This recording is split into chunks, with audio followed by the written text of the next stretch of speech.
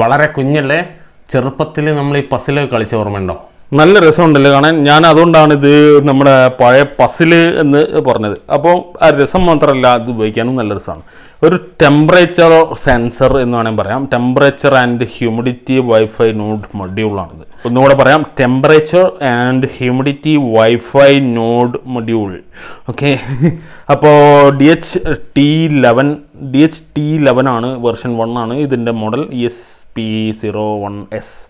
Okay, അപ്പോൾ ഇതിൽ നമുക്ക് ഇതിൻ്റെ ഒരു ഫംഗ്ഷൻ ആവശ്യം വരുന്നത് എവിടെയാണെന്ന് വെച്ചാൽ, കൂടുതലും നമുക്ക് ഇപ്പോൾ ഹോം അല്ലെങ്കിൽ ഇൻഡസ്ട്രിയൽ ഓപ്പറേഷൻസിന് തന്നെയാണ് ആവശ്യം വരിക. അതായത് ഇത് ഹ്യൂമിഡിറ്റി ആൻഡ് ടെമ്പറേച്ചർ സെൻസ് ചെയ്തിട്ട് വൈഫൈ ഇൻബിൽഡാണിത്. അപ്പോൾ അത് വൈഫൈ വഴി ആ ഡാറ്റ ട്രാൻസ്മിറ്റ് ചെയ്യും.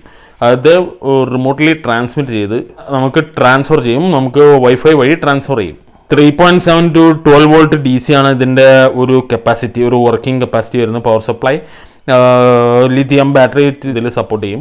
വളരെ വ്യത്യസ്തമായിട്ടൊന്നും പറയാനില്ല ഇതിനെ പറ്റി, കൂടുതലൊന്നും പറയാനില്ല. ഞാൻ ഇതിന് മുമ്പ് ഒരു ഹോം ഓട്ടോമേഷൻ്റെ ഭാഗമായിട്ട് നമ്മൾ ഉപയോഗിച്ചതിൽ ബാക്കി വന്ന ഒരു സെൻസർ അത്.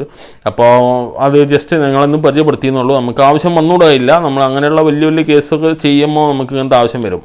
ഓക്കെ, അപ്പോൾ ഇത് ജസ്റ്റ് ഒന്ന് കണ്ടു വെച്ചേക്കുക. ഒരുപാട് തരത്തിലുള്ള ഡിവൈസുകളിൽ ചിലത് മാത്രമേ ഞാനിവിടെ കാണിക്കുന്നുള്ളൂ. 100 കണക്കിന് ഡിവൈസുകൾ നമുക്ക് നമ്മളെ റോബോട്ടിക്സ് ആയിട്ട് ബന്ധപ്പെട്ടിട്ടുണ്ട്.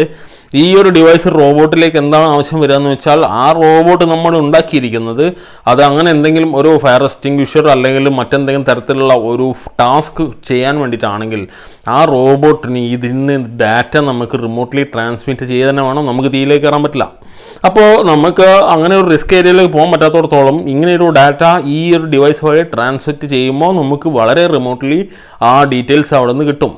ആ പോയിരിക്കുന്ന റോബോട്ടിന് അത് ചെയ്യാനുള്ള ക്യാപ്പബിലിറ്റി ഉണ്ടാവും ടാസ്ക് ചെയ്യാൻ.